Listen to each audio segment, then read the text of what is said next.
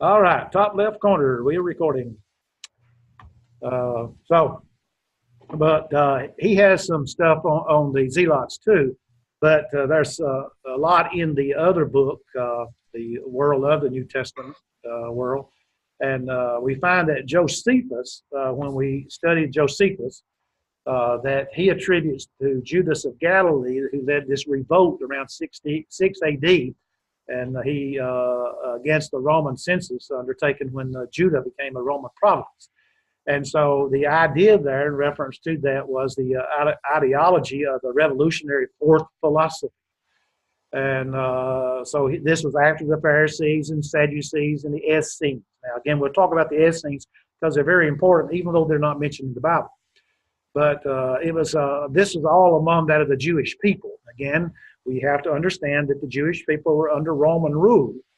But being under that of Roman rule, they would rebel against the Roman rule. But they would use the Roman rule, I mean, the laws of the Romans, if they had any of those people, like the Apostle Paul, that tried to bring an end to, I guess, the different groups that were there or spoke out against the Mosaic law like Paul did.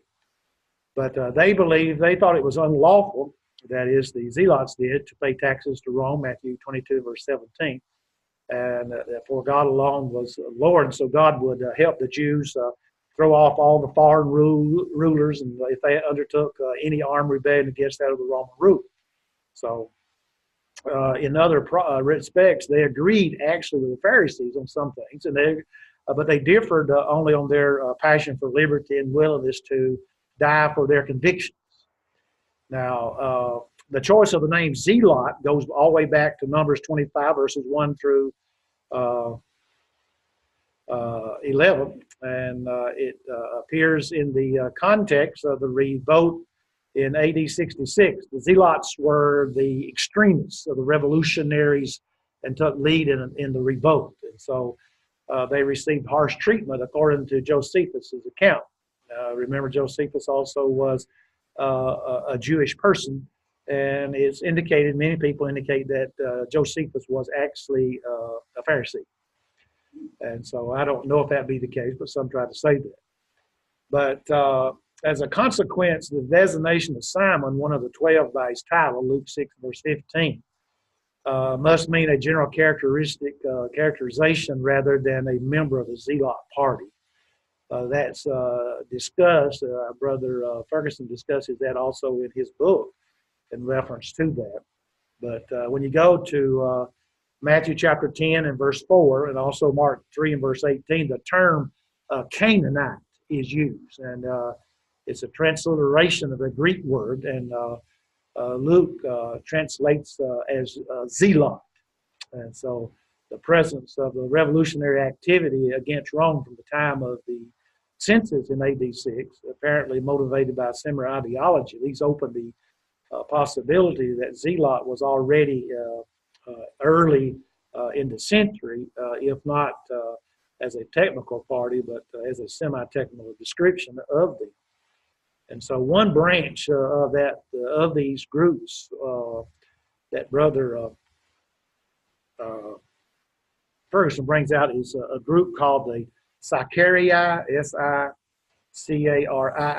They're found in Acts 21 and verse 38. One translation translates it the knife men. The King James translated murderers.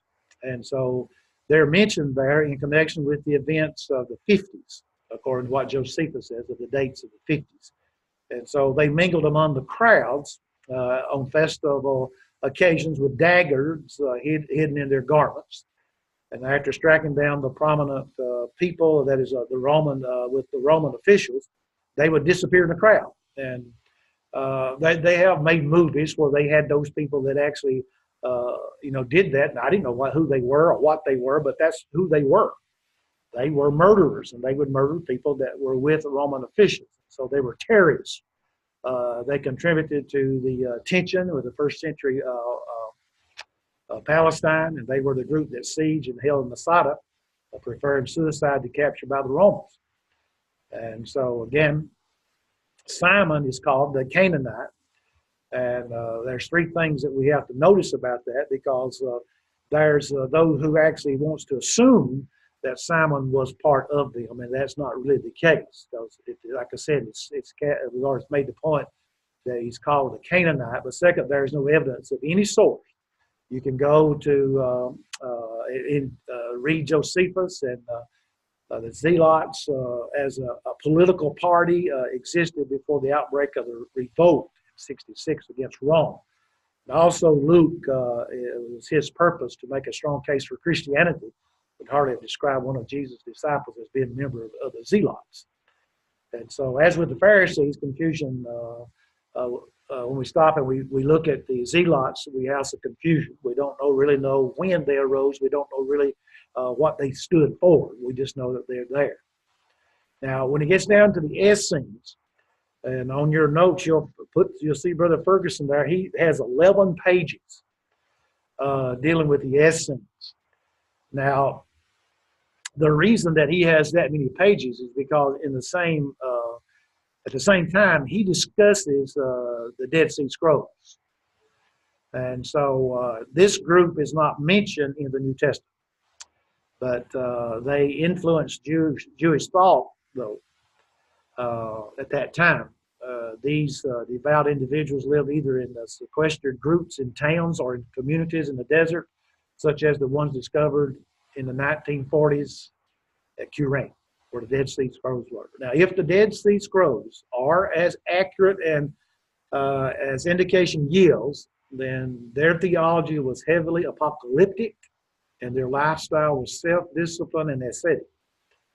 Now, you stop and you think about it, and he makes this point, Mr. Bell does in his book, that John the Baptist had a strong overtones of the Essenes thought in his preaching and appearance.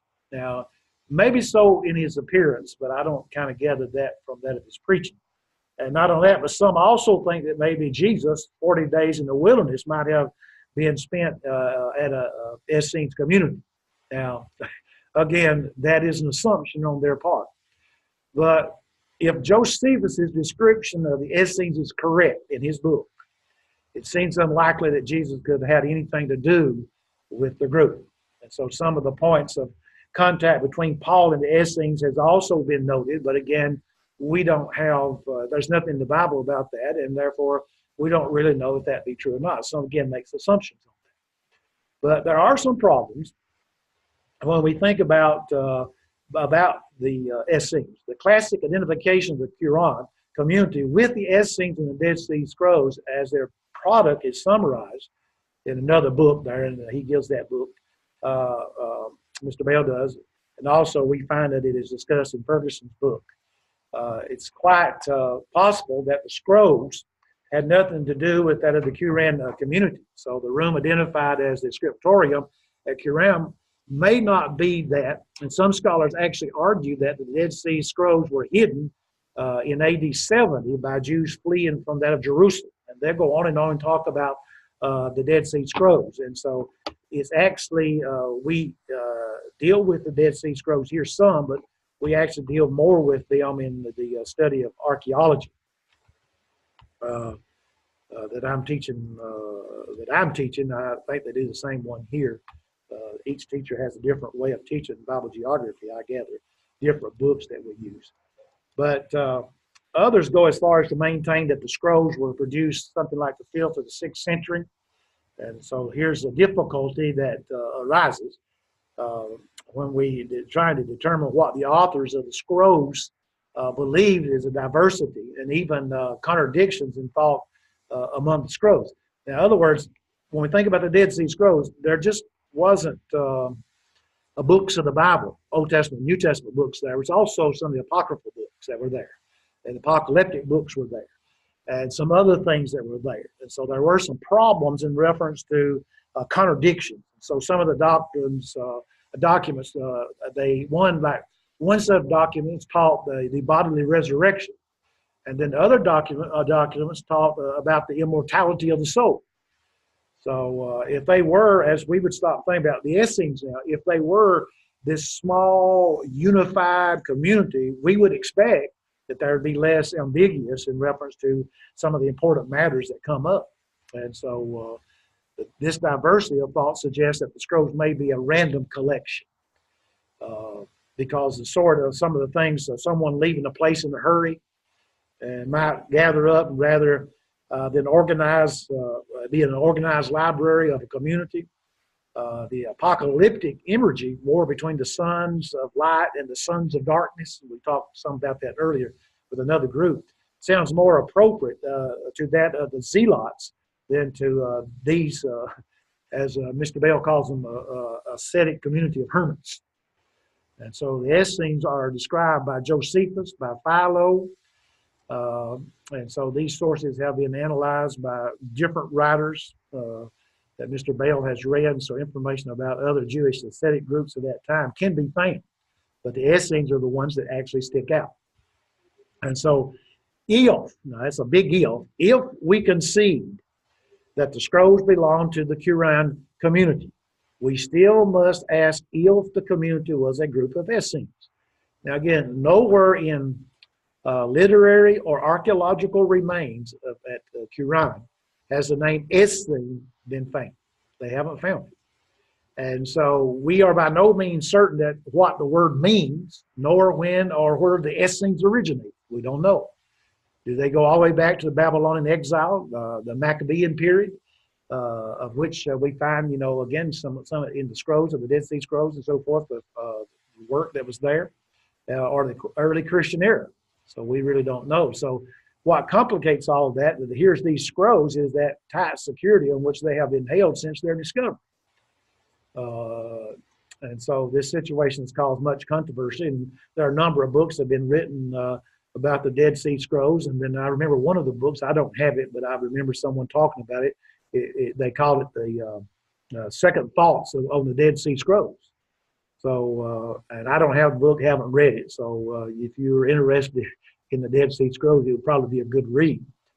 But those which have been translated are available in one-volume editions, and in the face of so much uncertainty, we must leave many questions about the scrolls, their significance unanswered. And that's the reason why people continue to look at them, and they're continuing to write about them. There was a lot of excitement when they were found, and the scrolls had added a lot to our understanding of the New Testament, and view of some scholars now they did.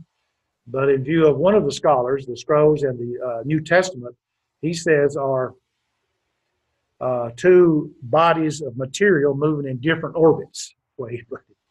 Orbits which simply do not intersect, is what he would say.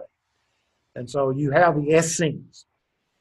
And then again, if you studied the Dead Sea Scrolls, as we have in the Bible archaeology, biblical archaeology, then we would see more in reference to them. But we do understand this was a group that was separated themselves from the other group. And then we have, again, this is not in Mr. Bale's book, we have the Samaritans. And I thought it was interesting because, again, from Brother Ferguson's book, because when we talk about the Samaritans, we understand the Samaritans because of John 4 and also because of Acts chapter 8. But if you go back, and I can recall this in graduate school, that they're actually, their background is found in 2 Kings chapter 17. And there's other materials about them in Josephus and also in some of the Jewish literature. But this interpretation of seems to really be a piece of later Jewish slander against the rival religious community that chose Shechem and Mount Gerizim rather than Jerusalem and Mount Zion as its holy place. And so the religious community, the Samaritans, are encountered in Luke chapter 10, verse 33, also in John chapter 4 and John chapter 8. So it continued even unto today, appears to have been religiously very conservative, not inclined toward syncretism and that of, we think about them as being with paganism, idolatry, and so on. But they preferred to refer to themselves as keepers of the Torah and to distinguish themselves as inhabitants of Samaria. And there seems to be no Old Testament text referring to them in that way. But by the New Testament times, the Samaritans, the was looked upon by the Jewish people as foreigners. Luke 17, verse 18. Now, Josephus was was ambivalent toward them. Sometimes, and again, like I said, now some say that Josephus was a Pharisee. I mean, we know he's a Jew, but we said he's a Pharisee. But sometimes treated them as a Jewish sect, that is a different group, but as other times regarded them as non-Jews. And it's just according to how you read him. Non-Jews, a separate nation, and representing the anti-Samaritan hostility that is the basis for the traditional picture of it. And so the earliest reference to the rival religious communities based on Mount Gerizim near Shechem are focused in the 2nd century. Now again, we go from some writings outside of the Bible. It's in the period between the Testaments. And again, the Georgia School of Preaching often offers that course. And it'd be a good course if you have that. And if they offer that, to take that course. As a matter of fact, I don't know what book they use, but if I taught the course, then I would most likely use Brother Turner's materials. It was never published, but he has about a 200-page outline on all of that, and it's in order. But they have these books from the 2nd Maccabees and also the Testament of Levi, Jubilees. That's where they get a lot of their information in reference to that of Mount Gerizim near Shechem and so forth during the 2nd century. The Samaritans, now, they shared with the Jews who looked up Jerusalem many characteristic beliefs. They had an uncompromising belief in and worship of the one God, avoidances of images, loyalty to the law given by Moses, as shown in the rigid observance of the Sabbath, circumcision, and some of the festivities that they had. Sense of being the chosen people with attachment to the land given to the fathers. That's according to Joseph's tribes, Ephraim and Manasseh.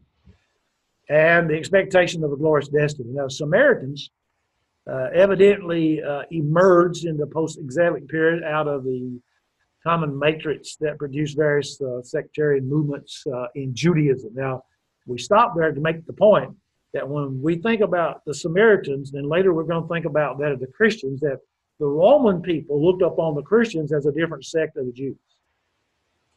And the Jews looked upon them as an insurrection type people. So the sources do not permit us to pinpoint one event that constituted a definite break and accounted for the intensity of the mutual hostility between the two groups. But there was apparently a period of gradual drifting apart with a number of antagonisms and economical and political advantages, as well as religious difference intensified their feelings. So the separation of the Samaritans and the Jews was more of a process than an event. So we talked about the biblical archaeology and geography class, and this class kind of goes intermingles, but we talk about the dispersion.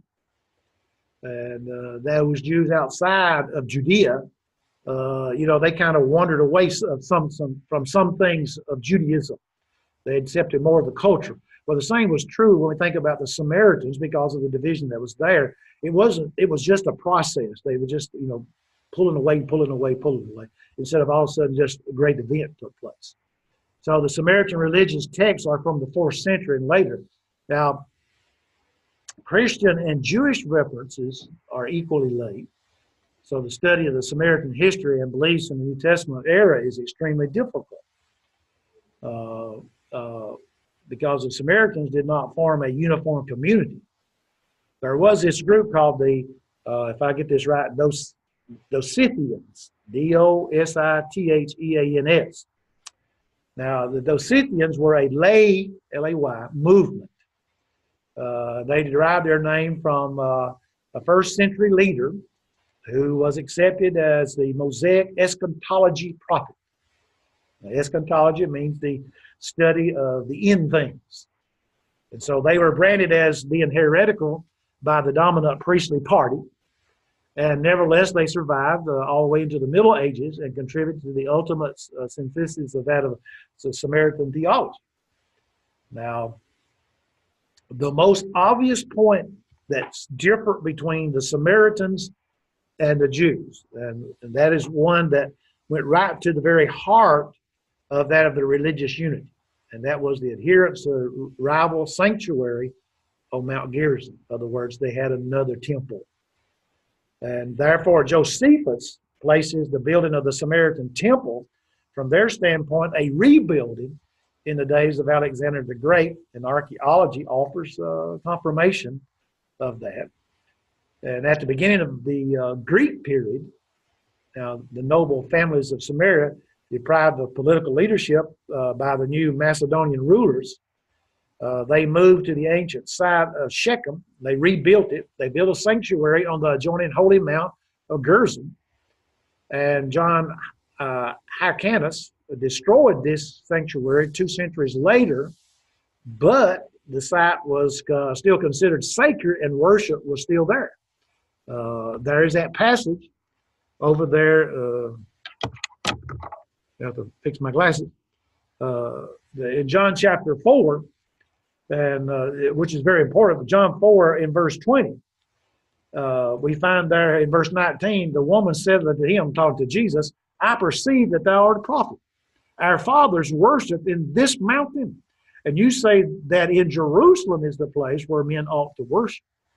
So there you see the distinction that is made between that of the Jewish people and that of the Samaritan people. She says, my family or my fathers, they worship in Gerizim.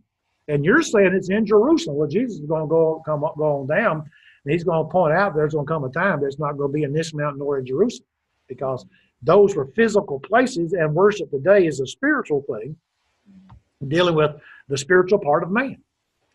And so here they were, as we stop and we look at them, accompanying this rival sanctuary was the Samaritan's own priesthood, which they traced all the way back to Aaron, through the line of Eleazar. The Samaritan Chronicle places the schism in Israel in the time of Eli and Samuel, when a high priesthood descended from Ithamar was established at Shiloh instead of a proper sanctuary at Shechem.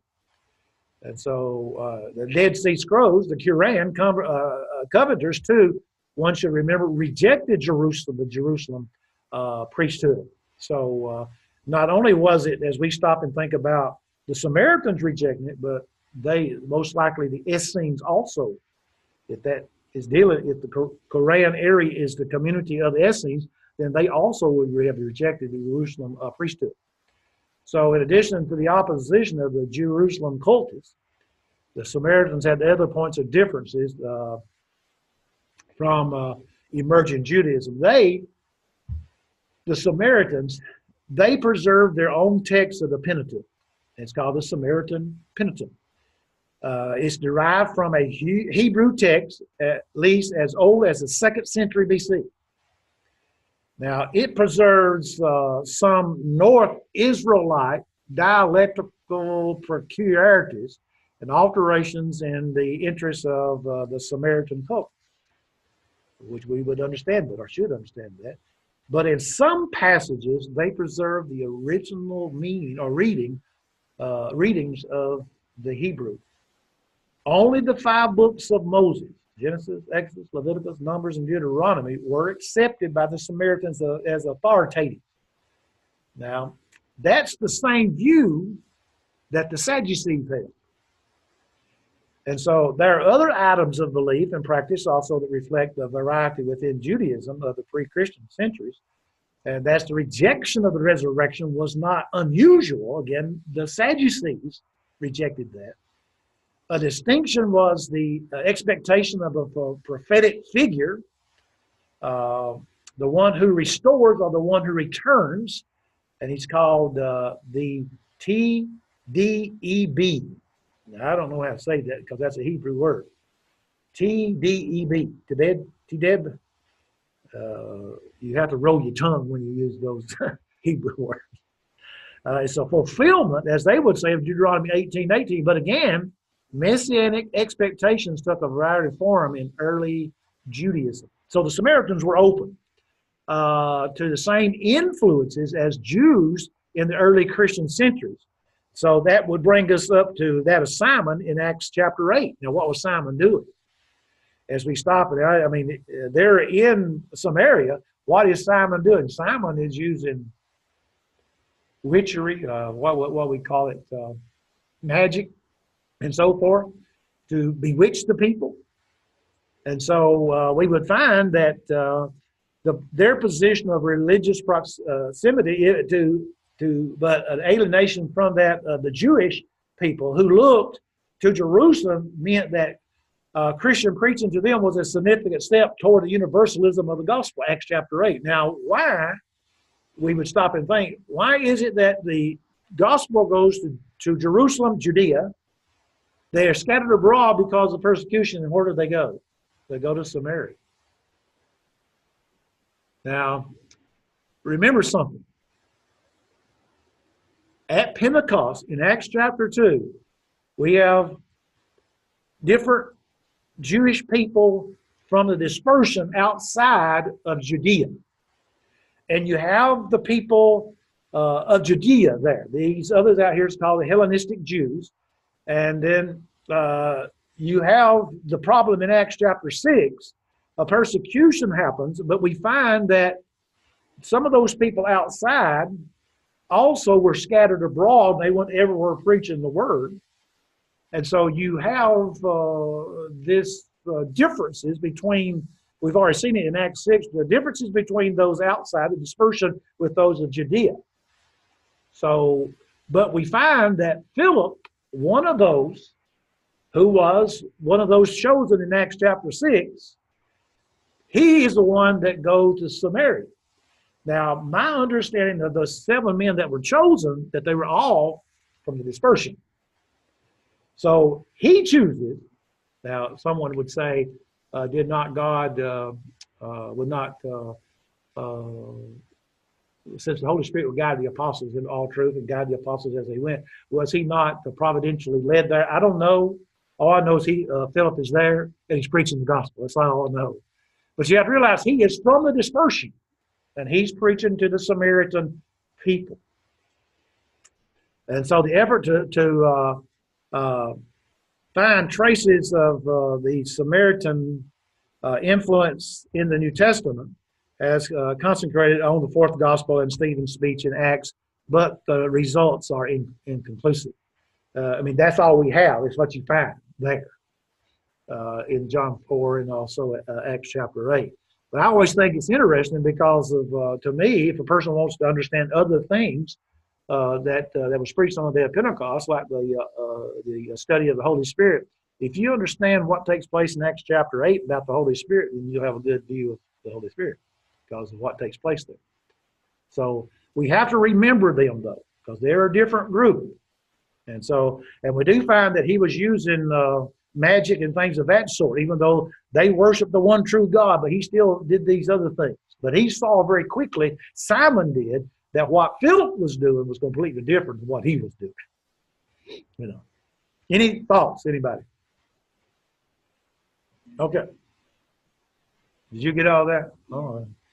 We have a new student over here, Rebecca Lynn. I didn't baptize you. Jonathan baptized you, right? Yeah. Was it me? Yeah. Oh, okay. I did baptize her years ago, back when I was younger. And not only that, but as she said earlier, I married her. No, I performed the ceremony for her and her husband. I didn't marry her. I married Linda. But she's a new student. She's one of the members here at Piedmont, and so we're glad to have her with us. But she can really type on that computer. Okay, the next point in the book that he talks about is apocalypticism. Now, again, Brother Ferguson, in his book on page 475 to 478,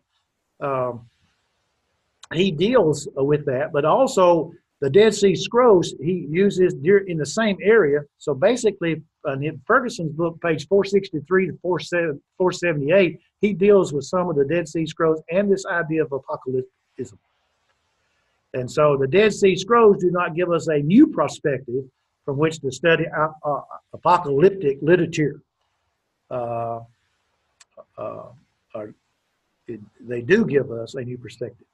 And so this circulated in Palestine during the first century when about apocalyptic literature. Now, again, we have to understand, I think we offer courses in trying to understand, I know we offer courses on the prophets, but how to interpret the prophets, to actually deal with the idea of the premillennial doctrine and so forth. I think we do have courses that way. I don't know everything's in the catalog. Matter of fact, we have a new catalog coming out. And so apocalyptic literature, and that we have to understand that this interest that people have in end times, and the intense interest in the end times is shown by Jewish prophecies written after the return from Babylon, okay, and was fomented by the Maccabean revolt. Now, if you ever study the intertestamental period, you'll see a lot of that stuff about apocalyptic. And so many of the more devout Jews were not satisfied with the corrupt Hasmonean priestly government of the post-Maccabean period and began to anticipate the coming of a deliverer who would restore Judaism to its purity. And it had never actually achieved. So this would entail a three-step process, according to them now. That would be number one, purging from Israel the wicked, non-observant Jews called all right, I'm going to spell this. You have an apostrophe, then an A-M, that's am, then that's the Hebrew word, space, H-A, dash, apostrophe, A-R-E-T-Z. Amharitz, I think is the way. But it actually means the people of the land. So the first thing is they're going to purge from Israel the wicked, non-observant Jews, the people of the land. Don't get rid of them. Secondly, they're going to return, the return of the devout Jews from the dispersion. Now, just incorporate something there from our understanding of the New Testament. They came on the day of Pentecost in AD 30. They stayed. A lot of them stayed in Jerusalem and Judea. Then they were scattered abroad in Acts chapter 8. We're talking about up probably 5 years. They scattered, and they went everywhere preaching the word of God. Because now they were one, there's only one message. So they were going to get all those people to return. But there was a big problem with the dispersion Jews and the Judean Jews. So third, liberation of the land of Israel from foreign domination. So you have those three things. So details of this process vary from one document to another. In other words, they have found a lot of pottery and things of that sort from biblical archaeology. And sometimes some of the kings of Israel would fight the different kings and so forth. And in the Old Testament, we may have a couple of verses about it and how that the king of Israel, the king of Judah was victorious over them. Well, then these people on archaeology, pottery and stuff like that, they have their own version. And they shed light in their favor, And so that's the reason why it's different. Some think of the Messiah as ruling only in Israel. Others as a world leader. Some see him as an angelic or of a divine nature. Others as a divinely anointed human. So some even expected two Messiahs. A presiding priestly Messiah and a lay royal Messiah. So no one knew precisely when the deliverance would occur, but expectations ran high in the first century AD. The calendars used to keep track of the major festivals of the Jewish year were also pointing to great things in the heavens. The astrological turning point in history, not unlike the intense interest in the turning of the millennium in our own day. Dealing with disappointed millennial hopes was one of Paul's primary tasks in 1 Thessalonians. We're studying that on Wednesday night at Cartersville. And yet when we look at the Thessalonian letter, they had this misconception about the second coming. They thought the second coming was coming and those people who died were going to miss it. That they had no hope. And Paul tries to straighten them out, and he has to write them a second time to get them kind of straightened out in reference to the second coming. And yet we have people today that actually are doing some of the very same things in reference to not understanding about the end times. But changes in the Palestine's political fortunes often raised apocalyptic expectations, and though some would argue that the apocalyptic literature need not come from the periods of crisis. And so upon Herod's death in 4 BC, and then when the other Archelaus was removed from power in AD 6, all of these messianic revolts broke out. So some of the leaders were anointed kings and controlled limited portions of Palestine for some short years of short periods of time. The movement was relatively dormant during Jesus' lifetime, but around AD 60, it erupted one more time. And then they had a revolt in the 130s, the mid-130s. So we can only speculate on how much Jesus was influenced by apocalyptic thought. He talked about, as a matter of fact, just about every chapter, we find something is mentioned in reference to his coming and so forth. So since the movement was not a battle in his lifetime, as certain as other times during that century, we might suggest that its impact was minimal, because he talked about, yes, he's going to return, but he didn't know the time that he would return. He preached that the kingdom of God was near, and if you kind of get the idea from the book, Mr. Bell there, he's not talking about the church, okay? But we do understand that the kingdom of God was near, was talking about the spiritual kingdom, not a physical kingdom. And so those would come to pass. Then we find in our book that the next point would be Jesus and Judaism. Now, Brother Ferguson, pages are 396 to 582. Okay? Now, bring that up is because he spends a lot of time helping us to understand the differences in reference to some things about Judaism and that of the gospel. Now, when we read Matthew, Mark, Luke, and John, we understand that Jesus behaved like a rabbi, that is, a master, as a teacher. We understand that because he's called that. And what he did is he expounded the scripture, that is the Old Testament scripture. We have to remember that when we open up our Bible, that from Matthew to Revelation wasn't there. Matthew, Mark, Luke, and John is basically the 3 years of the life of Christ upon the earth.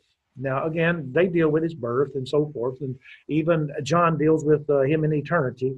But the primary point being is that it deals with the 3 to 3.5 years of his life upon the earth.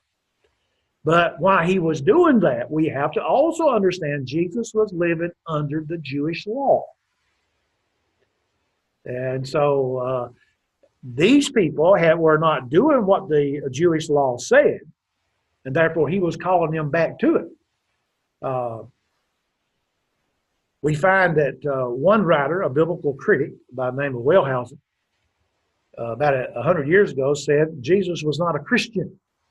He was a Jew.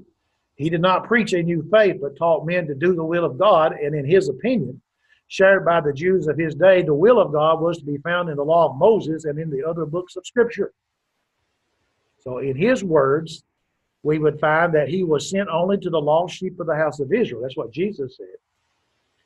Nor did he advocate overthrowing the authorities. He didn't do that. Matthew 23, verses 2 and 3. Woe unto you, scribes, Pharisees. He didn't overthrow them. He just simply pointed out to them they were going contrary to what the Old Testament taught, what the law of Moses taught. So when he objected to was that the narrow-minded legalism of their teaching and their failure to live up to the higher ethical standards of the law. In other words, they were telling people what to do, but they were not living it themselves. So we have to be careful not to read too much anti-Jewishism into that of the gospel, any of the gospels, especially Matthew, because Matthew is written to that of the Jewish people. And it seems to me that when the gospel, again, on the day of Pentecost, Then they're scattered abroad. They go to Samaria. Again, remembering you got the dispersion in Judean Jews. They all go to Samaria. And then the gospel goes to the Gentiles. And as they begin to preach to the Gentile people, we find in reference to that there's this big problem that comes up between the Jewish people and that of Christians. And yet somewhere it seems to me around AD 50 that the Gospel of Matthew was written, and it was written for that purpose.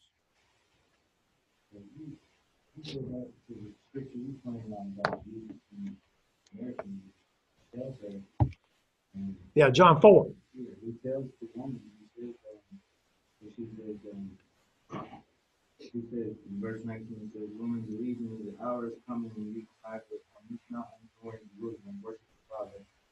We worship what you do not know. We worship what we know what we worship, for salvation is of the Jews. But the hour is coming, and now is, when true worshipers will worship the Father in spirit and truth." Right. So he's talking about something completely different. Yeah. But yet they were not worshiping, neither were the Samaritans. They weren't worshiping the true God of Israel, and neither the Jewish people. They were simply quoting the law, but they weren't doing what the law said. They actually followed their tradition. And remember when we talked about the different books that the Torah and things of that sort that they used. So I think that because we look at being Christian, that maybe sometimes I don't think we do it consciously, I guess. We kind of overlook that Jesus lived under the Old Testament law. Now, he says in Matthew 5, verse 17, he says, "I came not to destroy, but to fulfill the law." Then in Luke chapter 24 and verse 44, Jesus says, "The things concerning me that were written in the law, Moses, the prophets, and the Psalms have been fulfilled." Now, all I gathered from that, the law of Moses is the first would be Exodus, because we know Genesis is patriarchal, Job is patriarchal. That'd be Exodus, Leviticus, Numbers, and Deuteronomy, and the prophets and the Psalms concerning me. And that's basically the threefold division of Exodus to the book of Malachi. He says, those things concerning me, those things have been fulfilled. So he didn't come to destroy, he came to fulfill. So we have to understand that there's actually a lot of articles have been written about on the Jewishness of Jesus. So it is a topic too complex to discuss. But a convenient summary of the whole problem can be found in Mark 12, Matthew 21, and Luke chapter 20, if you want to sit down and look at those three chapters. Mark 12, Matthew 21, Luke 20. And those incidents are neatly arranged that we may wonder if they actually happen one right after the other, but it's no way affects the historical veracity if they did occur separately. None of the Gospels claim to be a chronological account of Jesus' life. Now, you can read what Luke says in Luke chapter 1, verses 1 through 4. He says he's going to put them in order. Well, if you put a parallel gospel or a harmony of the gospel there, you will find that Mark's account moves very rapidly. If you read Luke's account, it's going to move slowly because he's trying to put things in order. But remember, now Luke is writing for the purpose of the Gentile people.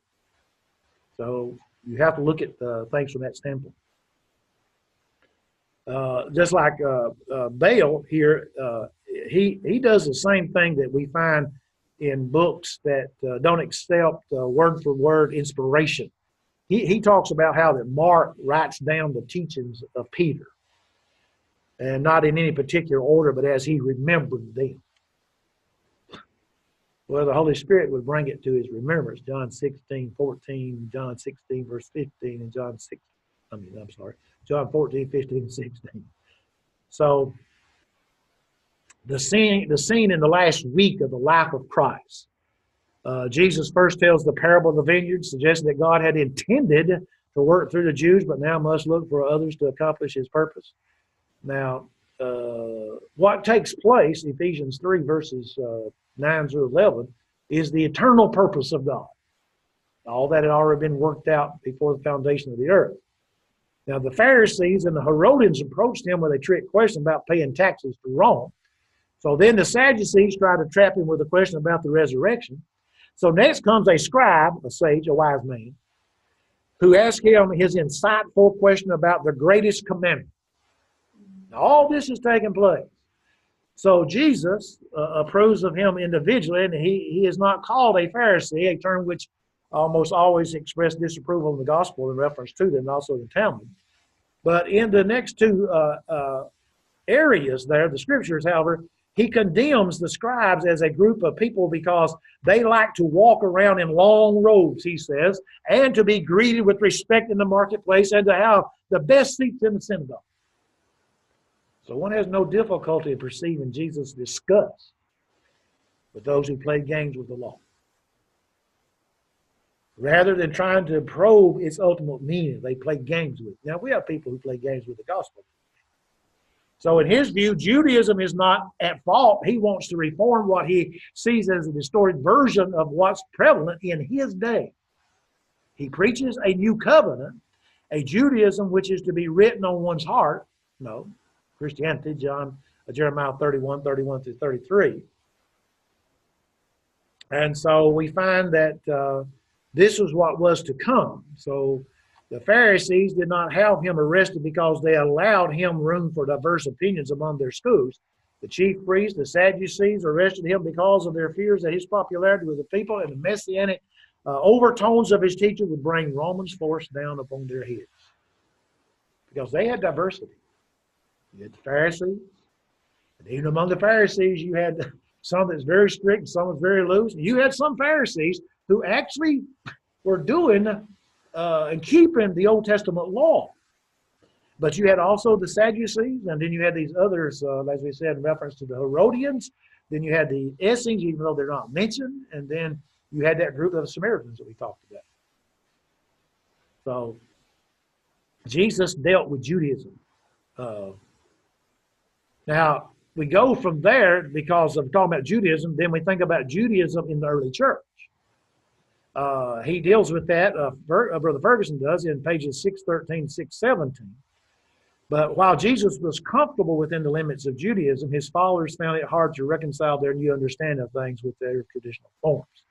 Now, the point of this, and Jesus, he warned them, if you'll recall now, he warned them about new wine in old wineskins. And Mark 2 and verse 22. They tried to remain faithful Jews. The early chapter of Acts shows the disciples attending service in the temple. And scholars speak of Jewish Christianity. Now, this is outside the Bible.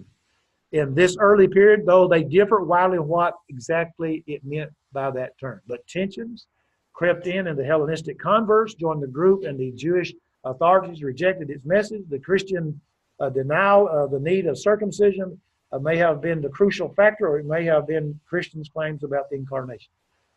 Now, again, Mr. Bell gives a view that he has in reference to that. But the correct view in reference to Judaism in the early church was simply that, again, we'll go back to those people who dispersed. They've accepted some of the Greek culture. But yet those Jews in Judea, they went to Jerusalem to worship. So they were kind of strict, like we said, the Pharisees, very strict with the law. And so when Jesus died, he done away with the old law. Now, that if you just stop for a moment and think, well, since the old law's been nailed to the cross, then they just should have given it up. Well, if out here on 75, the speed limit is 70, and they say, well, tomorrow we're going to change to 55. How long is it going to take you to get used to 55? Well, how long do you think here's a Jewish person on the day of Pentecost? 3,000 people obeyed the gospel. And there he begins, and Acts chapter 2 is not the full sermon, full teaching, because you look down in Acts chapter 2 and verse 20 with many other words, and they continued to, plus they had to worship. Know where you find in Acts 2, beginning in verse 20, verse 17 down to verse 40, do you find him explaining about the Lord's Supper and the organization of the church or anything like that? Well, all that was taking place, how they're supposed to worship. But that was different than what they had been doing, so it took time. and explain. The Corinthians obeyed the gospel. Paul spends 18 months there, and he has to write back. They are messing up the Lord's Supper. They're not taking the Lord's Supper correctly. And so it took some time in reference to these Jewish people to let go some of this stuff. And that's the reason why sometimes people ask questions in reference to, is it wrong to have a circumcised a child today? Well, it's nothing wrong to circumcise a young male when he's born. It doesn't have any religious significance. It wasn't wrong back then. But see, what we see and what we come to understand is that here they were, the gospel, this influence of these people that had been dispersed, they were accepting some of the Greek culture, but yet when they began to preach the gospel among the Greek people, then this idea came up, you got to be circumcised. Well, now, a lot of the women obeyed the gospel, but those men, the Jewish people will say, you got to be circumcised. Now, they didn't have anesthesia, they put you to sleep, knock you out, and deadening and stuff like that. And so those men were not going to be circumcised. And that was a big problem among the Gentile men. And so basically that it was a problem.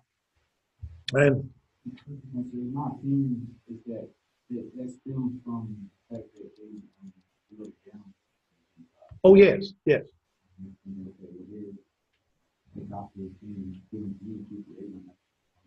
Right. Yeah. See, even the Gentile could become a Jewish person. I mean, they could obey the Jewish. They had to be circumcised. That's one of the things. You have to be circumcised. You have to keep the law, and you have to have the sacrifices and things of that offered. But when all that was done away, there was no distinction between a Jew and a Gentile. But the Jews wanted the Gentiles to be circumcised, the males to be circumcised, and Paul says it doesn't matter. Well, that was a big problem. Circumcision was a big problem in the church. Now, he goes on, Mr. Bell does in the book, and he talks about a number of those things in reference to Judaism. And I'm not going to go through all that because some of the things that he says is some things that we would not agree with. And so it being that we understand that the Old Testament law was completely done away with, sure, it took a little time for things to, happen. But it was actually completely done away with. And all one has to do is, if you really want to get a good picture of it, is that we're not under the Ten Commandments. The Ten Commandments were given to the Jewish people. The Sabbath day was given to remind them that God had brought them out of Egyptian bondage. So we're not under that. But the idea of killing is something that goes all the way back to patriarchal age. Cain killed Abel, right? And so those are moral laws, and those moral laws had always been. And so there was a big problem of Judaism in the church in the first century. People wanted to bind certain laws. And not only that, they had problems with meats and things of that sort. But it wasn't anything wrong with if a person wanted to eat meats offered to idols. And if you get right down to it, the idea of Acts chapter 21 comes up sometimes with the Apostle Paul. He kept the laws of purification. Well, for him to be able to go into the temple because the accusations made against him, even though because he was of Jewish background, of a Pharisee, and he could have the opportunity to go in there and preach and teach the gospel. But before he could do that, because of accusations, he had to purify himself under the Jewish law.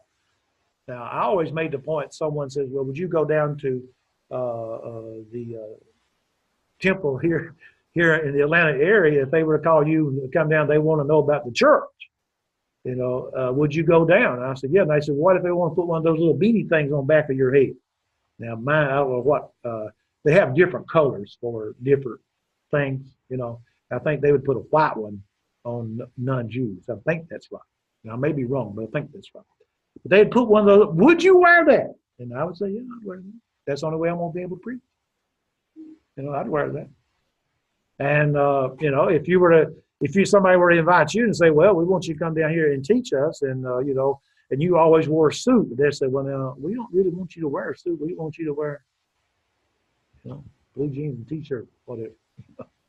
You say, okay. Or they were to say, well, now, we kind of dress up. We want you to wear, well, you would do that just so you could preach the gospel. And so that's what Paul did in Acts chapter 21. I used to hold the view that Paul didn't violate anything because the Old Testament law wasn't in effect anymore. All Paul did was make the adjustment so that he could preach the gospel to the Jewish people. And so we should do the very same thing. Okay, 727. And we're going to move on to talk about the powers that be, according to the chapter in the book. In other words, we're going to talk about Rome. Okay? So you have 10 minutes to roam. Okay, 10 minutes. Then you go get you something to drink, something to eat. But now I'm going to let this thing keep rolling so y'all watch what you say. Because we still recording. Okay, it's 7:27, so that'll be 7:37.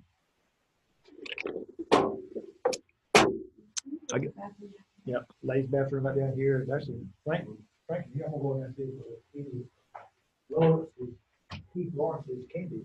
Halloween candy.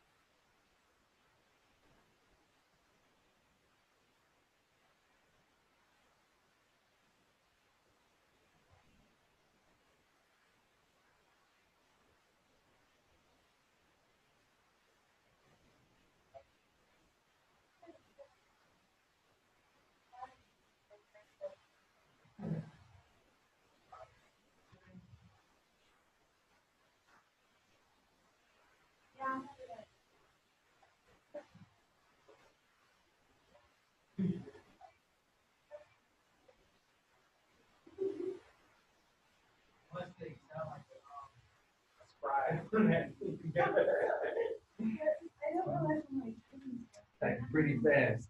I like to type fast, but you're typing pretty fast. You don't by chance know the Wi-Fi password, do you? It's guess Wi-Fi 123 with Is it exclamation point capitalized? at the end. I think it is. I'll go check. But I believe that's it. I think it's all capitalized.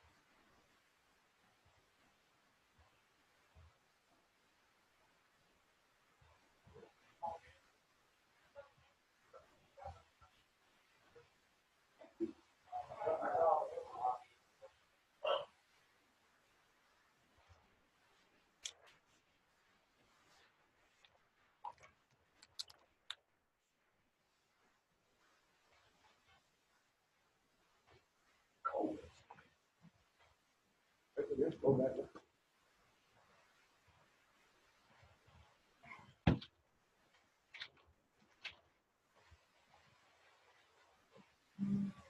By the way, whenever I get a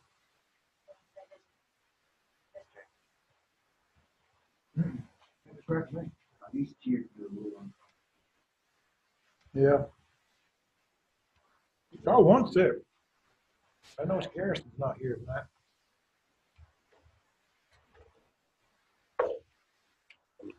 Keith used to sit over there. Keith Lawrence. Should I put this as a public network or a home network? Is anybody else I'm sorry? losing?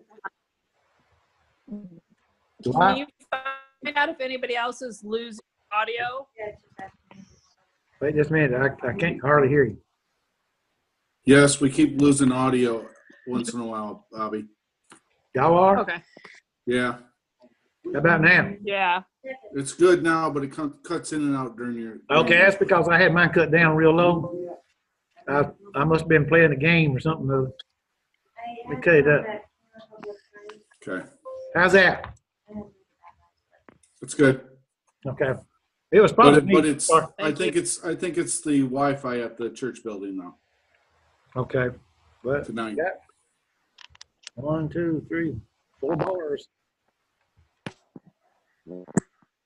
Yeah, it'll be great 1 minute, and then this next second it'll cut off.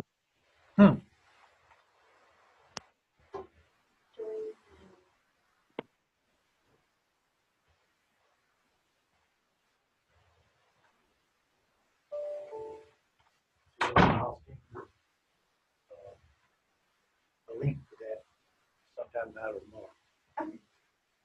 Did y'all get the links in reference to the YouTube streaming? Yeah. If you're not, these people here that's on the computer, they're streaming online. We send it to you if you're not here and you stream it at home. That goes to Africa and other places. I don't know if the fellow from Africa's even ever come in. Okay. I ate a bunch of chocolate, so we got to cover this whole thing. I think one of the best things about this whole study is this part here in reference to Rome, because we hear a lot about Rome because there's the book of Romans, but because Paul is a Roman citizen, and also how that the Romans had a part in the crucifixion. And so it's the political, the ruling government or the rulers of the world at that time. Now, that doesn't mean that they had conquered every place. I always thought they were in charge of every place, but that's not true. When you go back and you read the history, that is things outside the Bible that was written many years ago, even before the New Testament was written. But the New Testament is anchored firmly in the political processes of the first century BC. Now, Jesus sanctioned obedience to government. And so that simply means that you recall with me when he talks about reference to paying taxes, that he makes that point in Mark 12 and verse 17.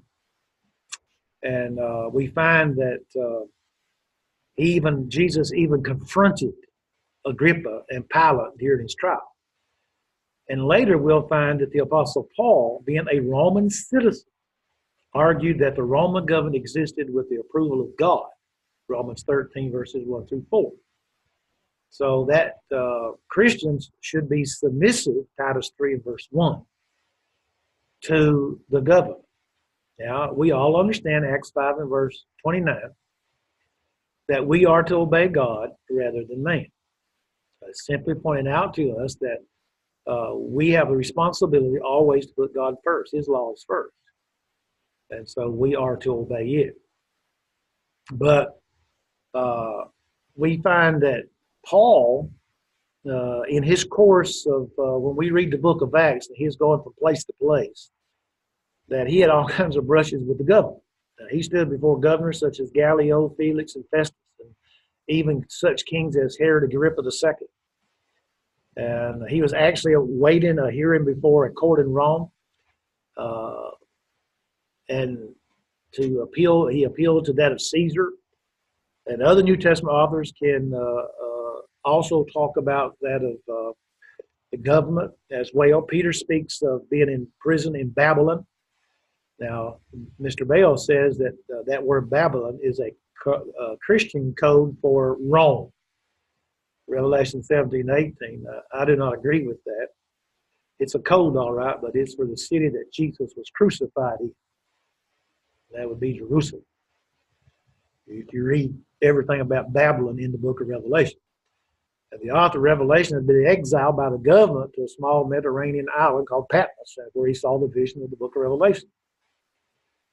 And so Luke, primarily, purpose in writing was to convince one Theophilus, who apparently is a Roman official, that the new faith was no threat to establish the established order. And we would find that basically Christians obeyed the law.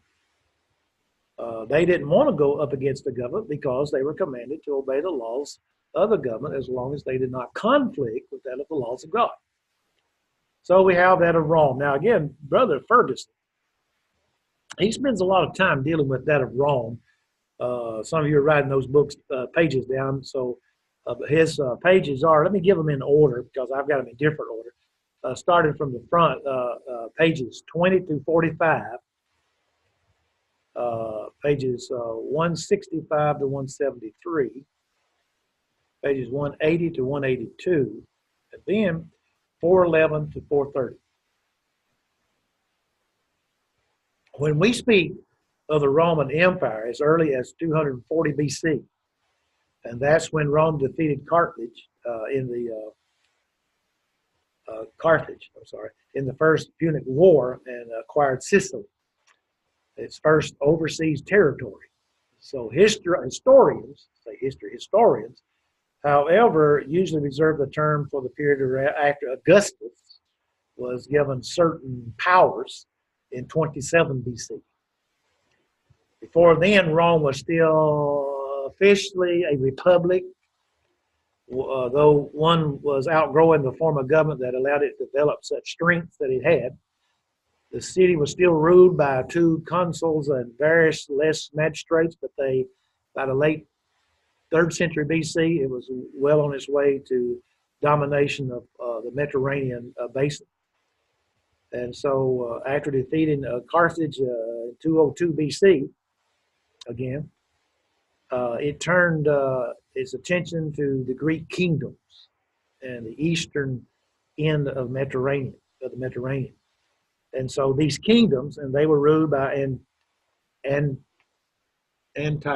Antigonus in Greece and Macedonia, Seleucia in Syria, and this man by the name of Ptolemy in Egypt, along with a few smaller territories like Pergama in western Turkey. And so all that had been carved out of Alexander the Great's conquest by several of the most ambitious generals of the day. And so they combined the elements of the Oriental despotism with Greek culture to produce what is called the Hellenistic culture of the last few centuries. So the Hellenistic culture reference to Judaism would be those Jews, again, that are scattered. There were people of various ethnic backgrounds that adopted the Greek language and lived in cities modeled after the classic Greek states or city-states. Intellectually, politically, they were so far removed from classical Greece as we are from American Revolutionary War area. And so you can see there would have to be a difference in them. And so the foundation of Rome and other obscure points of the past were of no real relevance to the people of the New Testament era. Nor did they have the resources to study them as extensively as we do today. Because see, we have a lot of information that's been found through biblical archaeologies and between archaeological sites and so forth, things have been found. Even the early empire's greatest historian, Livy, Livy, had to admit in the preface to his work that the stories of Rome's foundation were more akin to poetic fables than to genuine historical narrative. So since these things have so little impact upon the intellectual development of the New Testament world, we're not going to spend a lot of time. We're just going to kind of sort through those in reference to surveys. So, but it is necessary for our understanding of the New Testament world to delve in deeply into some of the struggles of these Hellenistic monarchies. Now, Palestine was affected because it sat on the border between Syria and Egypt for most of the 3rd century. The Ptolemies, Ptolemies, they are the kings of the south in the book of Daniel. They were strong enough to control that of Palestine. And around 200 BC, the Seleucids, that's Daniel's kings of the north, grew strong enough to push them back. Now, if you had already studied the book of Daniel, then a lot of this would be probably clearer, because Daniel actually deals with a lot of that, because things had to come together in order for the church to come into existence. And some of that was like these things that are happening, like one language, that would be the Koine Greek, and then not only that, but places where these people could worship, and that would be the synagogues. So a lot of things were taking place. But this struggle that we find in reference to all these kings, which eventually led to the Maccabean revolt. Now, the only thing that we know about the Maccabean revolt, 167 to 164 BC, is found in the apocryphal books that you'll find in the Catholic Bible. Now, there are other things too, but that's basically because you have the books there, 1st and 2nd Maccabees. And those things are not inspired. They are what we simply call the intertestament period. And its most lasting effect on Palestine can be found in the rise of the several Jewish sects that we've already talked about, and especially, as we pointed out, the Essenes and the Pharisees. And during the 2nd century BC, as noted in chapter, we noticed that some last week, and I'll rest some more this week. The New Testament times, the Ptolemies and the Seleucids were ancient history. Rome had conquered all of the Hellenistic kingdoms and adopted their Greek culture. And so that culture then transformed Rome, as will be noted as we go through, because we're going to talk about the Caesars and so forth.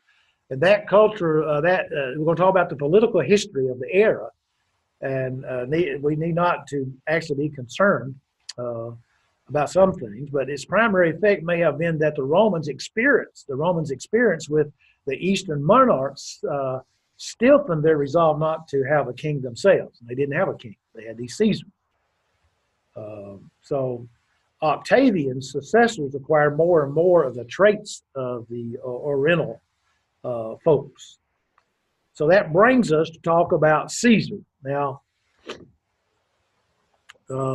I have in my possession, for my biblical archaeology class, I put some statues. You can go online and find the statues of all the Caesars. And so there comes to be a problem when you're studying the Bible. Do we actually accept Julius Caesar as a real Julius Caesar? Because some people just leave him out. And they do that because it fits their theology in reference to the book of Revelation. So the first Roman emperor, as we stop and think about Augustus, was a survivor of a long-blooded, exhausting series of civil wars that began in 133 BC. In succession, Marius and Sulla, 80 BC, Caesar and Pompey, 50s BC, and Octavian and Anthony, 30s BC, battled for control of a republic grown into an empire without effective central rule, a republic which had simply failed The Romans had rejected every suggestion of monarchy since the overthrow of their last king, Tarquin, the Proud, I think that's the way they said it, 500 BC. So a form of government that's going to be suitable for the small, newly independent city-state was not capable of running a great metropolis, with providence stretched from France to Egypt and completely encircling the Mediterranean Sea. How are you going to do that? And, you know, we said, well, this would be no problem in our day and time because we have internet and all that kind of stuff, but they didn't have all that. The fastest thing they had was a horse and so forth. But Julius Caesar perceived that Rome needed a king, but certain elements in the Senate were so adverse to the idea that they assassinated him in 44 BC. When his designs became too obvious, he was going to be a king. Now, again, like I said, most people, as Bale says, the first Roman emperor, Augustus, Caesar would be the first. In his will, Julius Caesar adopted his grandnephew, Caius Octavius, and named him heir in Roman fashion. The 18-year-old youth took on his adopted father's name with a form of his original name added onto it, becoming Julius Caesar Octavius. Big name. And so the historians just call him Octavian, which when referring to his activities before 27 BC. But he first governed with Mark Antony and then another general, Lepidus, under an arrangement called the Second Triumvirate. I think is the way you say that. Octavian controlled the Latin-speaking western half of the empire. Antony, the Greek-speaking eastern part. And Lepidus, with no troops, was named Pontifex Maximus, that is, the high priest, and was given control of what is roughly modern Tunisia. Wait, how do you say that? Tunisia.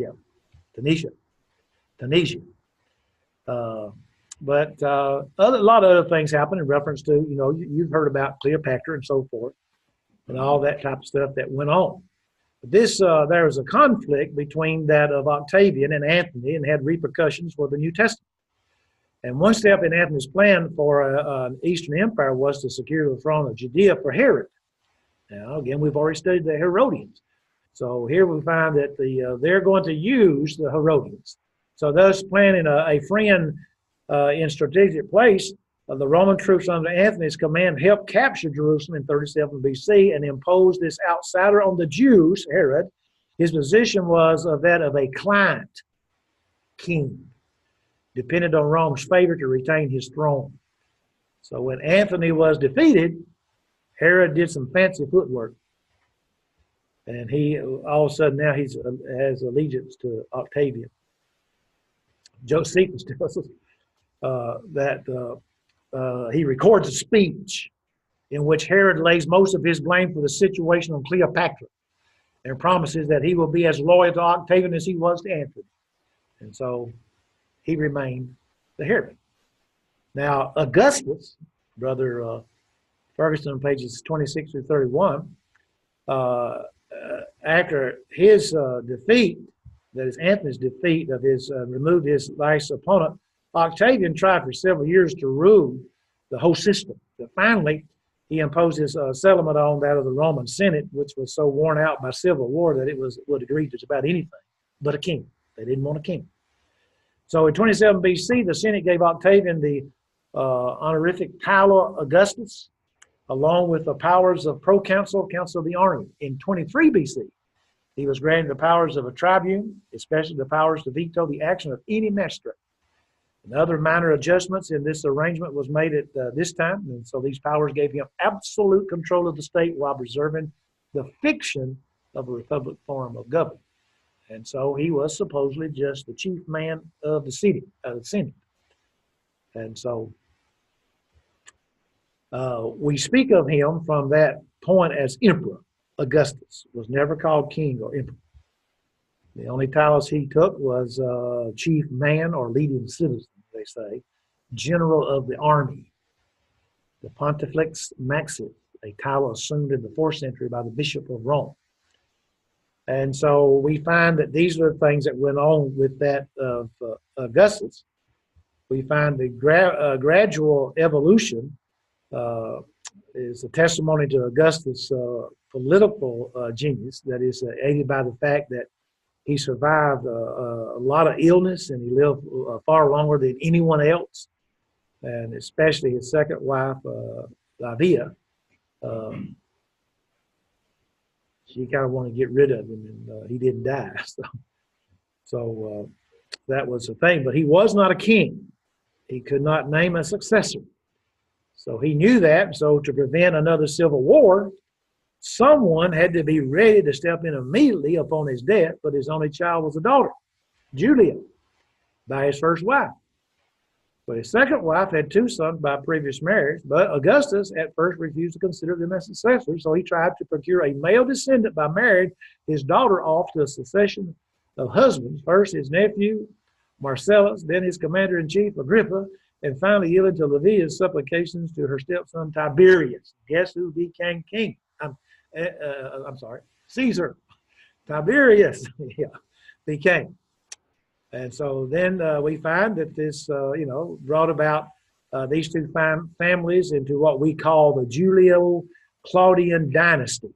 And so a lot of things take place. The term is usually applied to all the emperors from Tiberius to Nero. Their family relationships can be understood with the aid of a chart. And there's a chart in the book. I didn't make copies of that, but there's a chart. But you'd have to look in the book or maybe go online and find a chart like that.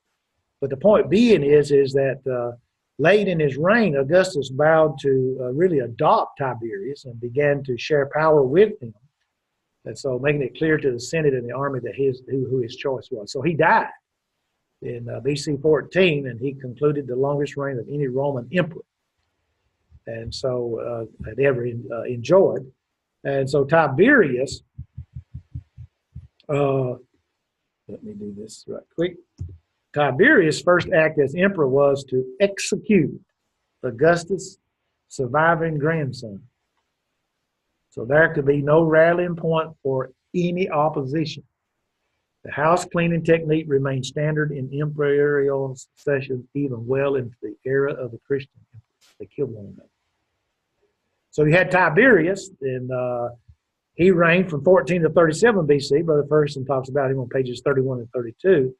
But there is Tiberius in Mark 12 and verse 16. The denarius that was handed to Jesus had Tiberius's image on it. And he has been much criticized as a ruler by all the accounts except one. He was an antisocial man, stingy, given to sexual perversions, and deeply suspicious of those around him. He believed in astrology, displayed considerable antagonism to Judaism. The minor historian Velleius Paterculus, who served under Tiberius in the army, has only extravagant praise for him. Of course, he was riding while Tiberius was emperor. Tiberius was probably standing by beside him. So, but Tiberius, recorded as a military commander, was outstanding with victories over tribes in Germany and the upper Balkan Peninsula. So Tiberius preferred to leave the running of the government to the commander of his bodyguard, and that's the Praetorians. And so Augustus had lived like a typical Roman aristocrat, walking through the streets with only a few slaves and things of that sort, friends to cover him and so on. Tiberius' approach to the government was to keep his intentions unclear. And so finally he retired to a villa in the Isle of Capri in the Bay of Naples. Legend passing his time in various sorts of sexual depravity. And he did not return to Rome during the last 10 years of his reign. So Tiberius had a little choice of successor. His own son had died in BC 23. His nephew Claudius had a nervous facial tic, stuttered, limped, and in general was considered unfit to rule. Another nephew, Germanicus, the husband of Augustus' granddaughter Agrippina, the elder, had proved too popular with the people, so Tiberius had him murdered. So most of Jeremiah's children had been executed or exiled. So there only left Germanius, son's Gaius, known by the name Calgula. The Calgula means little boots. Huh?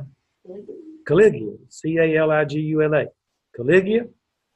Caligula, or they called him Little Boots, which his father's soldier had given him. Suetonius, the historian, claims that Tiberius chose his grandnephew Caligula to succeed him because he wanted the Romans to look back on his reign as a golden age. And he suspected what sort of ruler Caligula would become, so he chose him. And so Caligula ruled from 37 to 41. Brother Ferguson talks about him on page 32. Now, he did not disappoint Tiberius, because Tiberius had low expectations of him anyway, so he displayed every evidence as a sociopathic personality. A person who had no sense whatsoever of right or apparently committed incest with all three of his sisters while still in his teens. He eventually commemorated them on his coinage. He ruled in an erratic and despotic manner, spending in the first year of his reign all the money that the thrifty Tiberius had amassed over 23 years. After 8 months in power, he fell ill with a prolonged high fever, which seemed to have left him even more unbalanced than he had been before. So he apparently thought he was the incarnation of Zeus. He even married one of his sisters as Zeus had married his sister Hera. And not only that, various explanations have been offered for the exact nature of this illness that he lived. For the rest of his crazed reign, they say, his actions were unpredictable, even sadistic. Wealthy people were often arrested on the slightest charge so their property could be confiscated, because he wanted to use the money. According to some stories, he led troops in Gaul, and in an attack on the sea, ordered the men to stab the water with their spears and collect seashells as booty for their victory over Neptune, the god of the sea. he named, watch this now, he named his favorite racehorse a member of the Senate and was about to make the animal a consul when he was murdered by the guard. And at his death, Roman soldiers were on their way to Jerusalem with the statue of the emperor, which was to be placed on the temple. It wasn't going to go over good. Most of the Roman officials tolerated the Jewish peculiarities about not having images in the city, but Caligula had decided to insist on the divine rights which he felt was his. So the commander of the troops was sensitive enough to the situation in the province that he delayed enforcing the order, hoping that Caligula would change his mind. But when his death reached the province shortly before, a new order from him demanding that the commander be removed and the image be put in place. And so he died. And so then in 41 to 54 BC, when Caligula died, the Senate had visions of restoring, now that's a good point, the old republic. But the guard realized that without an emperor, there would be no need for imperial bodyguard. So they saluted as Imperator Caligula's uncle, Claudius, whom they found cowering behind a drapery in the palace. The Senate, too long accustomed in reference to giving over to the demands of the emperor's army, granted him the powers and titles enjoyed by his predecessors. Then the historian, Tacitus, observed the military basis of this benevolent dictatorship was at last revealed. The secret was out. The army made the emperor in return. The emperor had to keep the army happy. Okay? So Claudius, he became a competent administrator. And so during his reign, the Romans conquered Britain. They had a systematic civil service was instituted to replace the old practice of having the emperor's slaves run the various departments of the government. And certain legal rights were granted to women in the area of owning and inheriting property. And in his biography of Claudius, Suetonius, the historian, quotes a letter written by Augustus to Livia in which he expresses his surprise that the young Claudius, who appeared to so confused much of the time, could speak so clearly and logically at other times. He wasn't something wrong with him. Maybe he needs some of our drugs that we have today. But the historians speculate about Claudius' stupidity, so that he would not appear to be a rival for the throne, and so whether he would simply slow in maturity. So whatever the case may be, he surprised everyone else as much as he had puzzled Augustus. We say of him. So Claudius' fatal weakness was beautiful women. Now we know little about his first two wives, but his third wife was Messalina. Was 14, and Claudius was 49 when they were married in BC 39. She soon betrayed him and tried to remove him from the throne and marry another man. So Claudius had her executed. His next wife was his niece, Agrippina, the younger. This is Caligula's sister, whom he married after forcing the Senate to rewrite the law on incest to exclude a relationship between uncle and niece. So her son, by prior marriage, was adopted by Claudius. And guess who that was?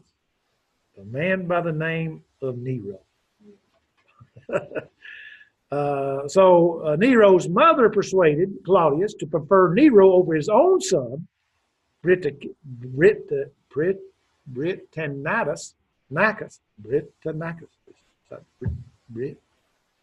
Britannicus, who was several months younger than Nero, and nominated him as his successor. So when Nero reaches 16, the age of manhood in Rome, she apparently poisoned Claudius to set her son on the throne. So then there's Nero, 54 to 68. And Brother Ferguson books, pages 33 to 35. Now, one of his first acts he learned from his mother. He poisoned the son of Claudius.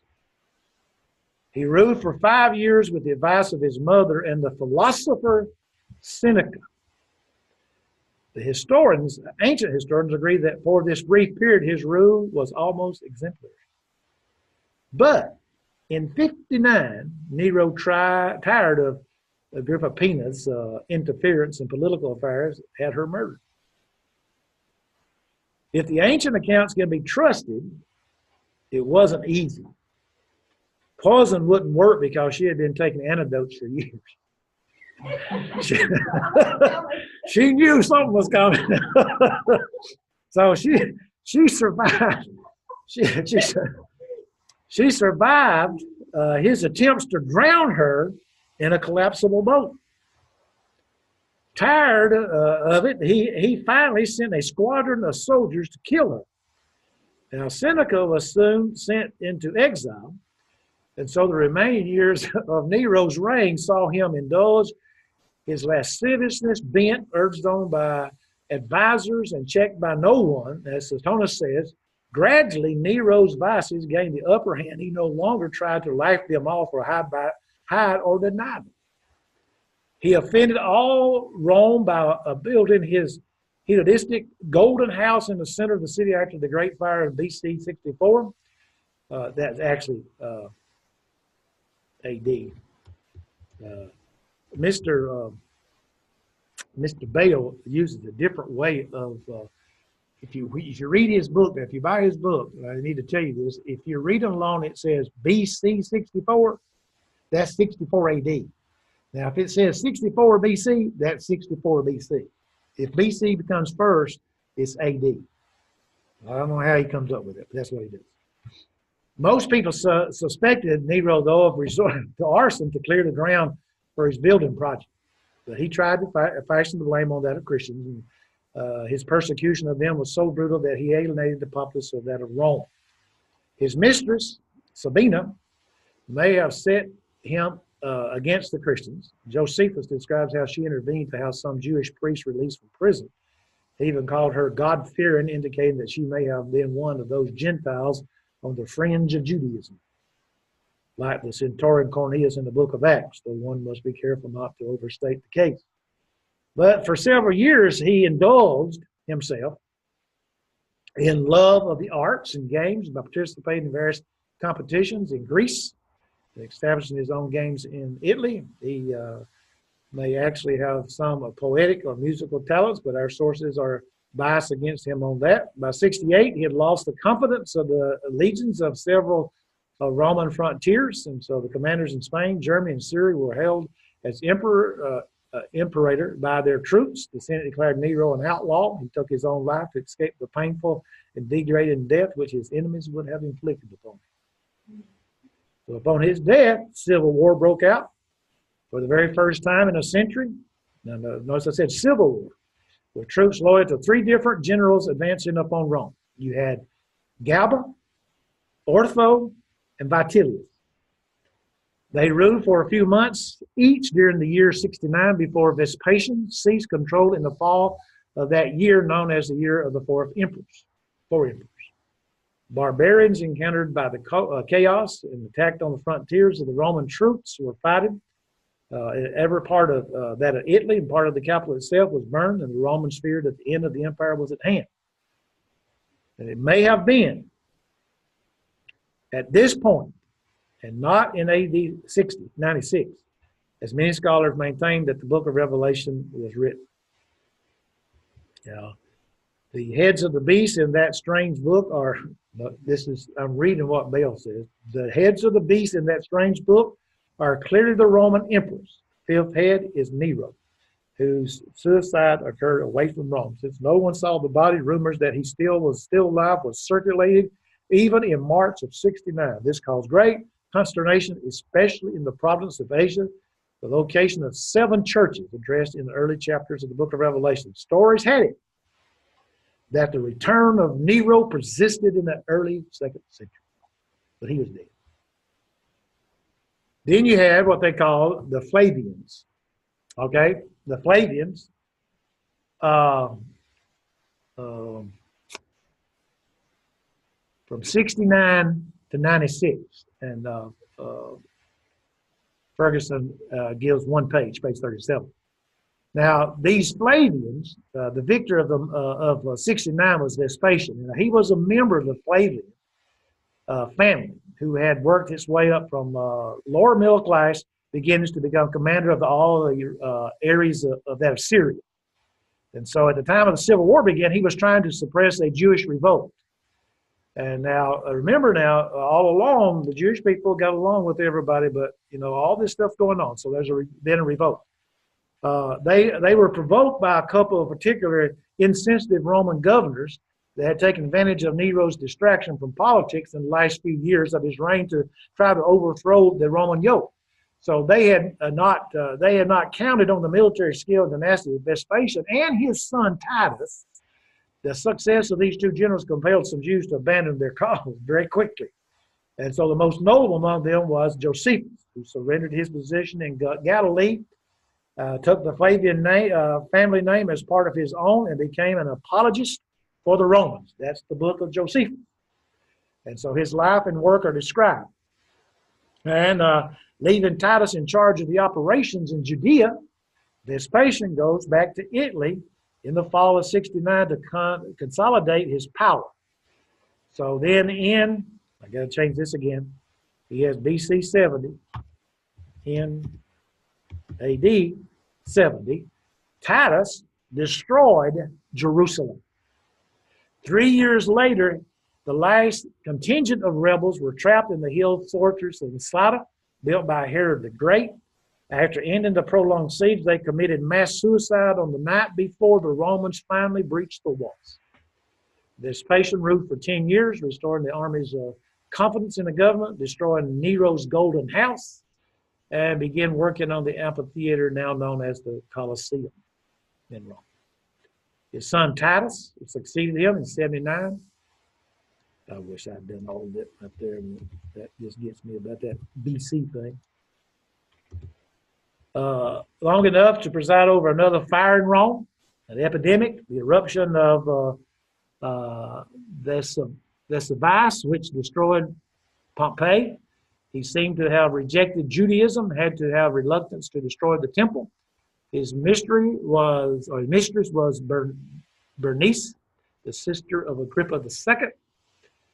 Vespasian's younger son is Domitian, who may have murdered Titus, was emperor almost until the end of the century BC, 81 to 96 AD.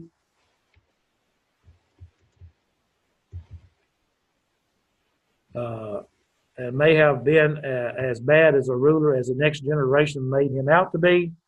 I always like to stop and think about that because I bought The Rise and the Fall of the Roman Empire by, can't tell you the man's name, Gibbons. And Mr. Gibbons says in that book, and I bought both volumes for $20-something plus shipping, for one quote. Talks about Domitian. He says, under the persecution of Domitian, if there were such a thing. He did not believe that there was the great persecution that most people say about Domitian. So toward the end of his reign, he became increasingly paranoid and arrested large numbers of senators and other members of that group whom he suspected of plotting against him. Now, I think by just looking at everything that we've looked at in reference to these emperors, that we see this, I mean, they're murderous people. They didn't care whether it be their own children or we'll just say members of their family. They didn't care. They wanted to be the emperor, the Caesar, and therefore they were willing to do anything that they could. So these first century rulers of the Roman Empire set policies and appointed men like Pontius Pilate, Festus, and Gallio to their posts, and in turn these officials interacted in one way or another with the early Christians.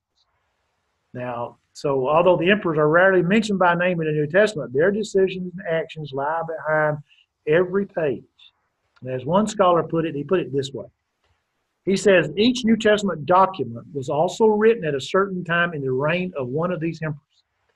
The chronology reveals an evolution of the theological tradition, and many times this tradition is created because of imperial policy. Depending on who was in charge of the emperor, the Christians could see the emperor as an agent of God or of the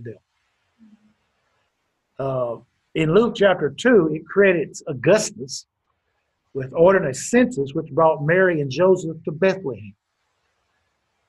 When Herod the Great died early in 4 BC, as stated in Matthew 2, verses 1 through 23, Mary and Joseph felt that they could safely return from Egypt, but they went to Nazareth to avoid Archelaus, who Augustus confirmed as king over Judah and Samaria. Now remember what we already talked about in reference to the kingdom of Judah, the area of Judah and the area of Samaria. Tiberius now appointed Pilate to govern as prefect of Judah and left there to stew for 10 years and ruling during the time of Jesus' public ministry, Luke 3 and verse 1. Now, Caligula's demand for divine honors heightened the tension that led to the war of 66-73, which in turn completed the split between Christianity and Judaism. Now, remember, during up to that time, Rome looked upon Christianity as a sect, like the Pharisees and Sadducees, of Judaism. And so Claudius drove the Jews out of Rome in 49, sending Aquila and Priscilla to Corinth, where they met Paul. Nero banished the author of Revelation to the tiny island where he saw his vision. He probably ordered the executions of Peter and Paul as well. And the emperors after Augustus were rather isolated from the people they ruled, and their impact on the daily lives of their subjects was more often indirect through that of the policies that they had set. And so for the vast majority of the people of Rome, the government meant their town council or the governor of their province. Now, to understand how that system worked, we must briefly look at the structure of the empire. And so we're going to consider some of the people mentioned in the New Testament who were part of that structure. And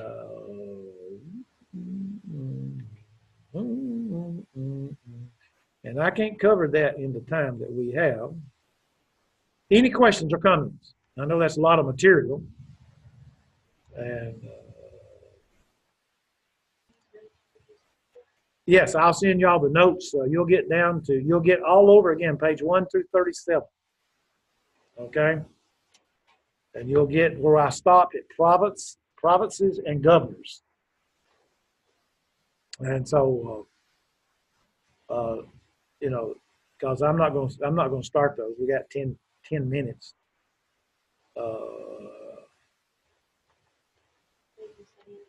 That's 37. See, I'm 31 pages behind.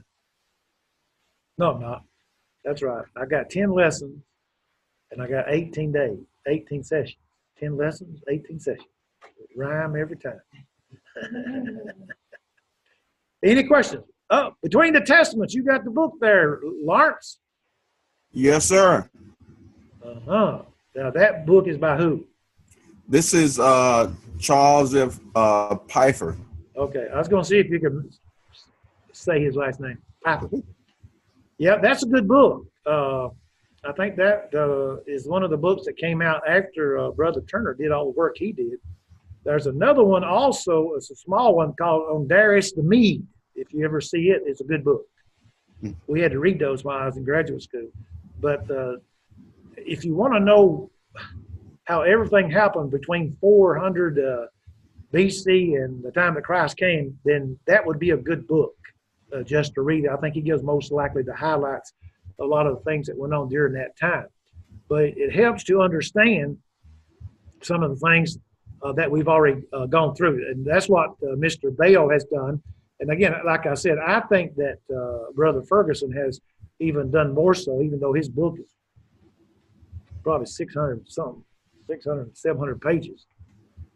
And so it'd be hard for us to go through that kind of a book, but it'd be a good book to read if you're interested in getting more information about what went on between the Testaments and how everything was actually set up at that time. Got something wrong here, and I can't get it to stop. Let's see here. Got my colors here. What's going on here? Oh, there it is. That's where I'm supposed to be. Okay. All right. If y'all don't have any questions or comments, we'll go early. I'll see you on Sunday evening, Bobby. All right. Linda's going with me, so I'm supposed to. She's feeling all right. Okay, I'll be praying. All right. So have a good night. Bye, Have a Bobby. good night. Back home. Thank you. Appreciate when it. you coming? When you going home? Tomorrow. Tomorrow. Well, you be careful. It's gonna be cold. Let's see. Tomorrow's Friday. Gonna be cold Saturday. Yeah. The wind's gonna be blowing about 20 miles an hour up here. Yeah, it was windy here in Charleston, South Carolina. They had wind advisories on the bridges. So. Be careful. All right. Y'all have a good night. All right. Thanks. All right. All right. It says stop recording. Emmy.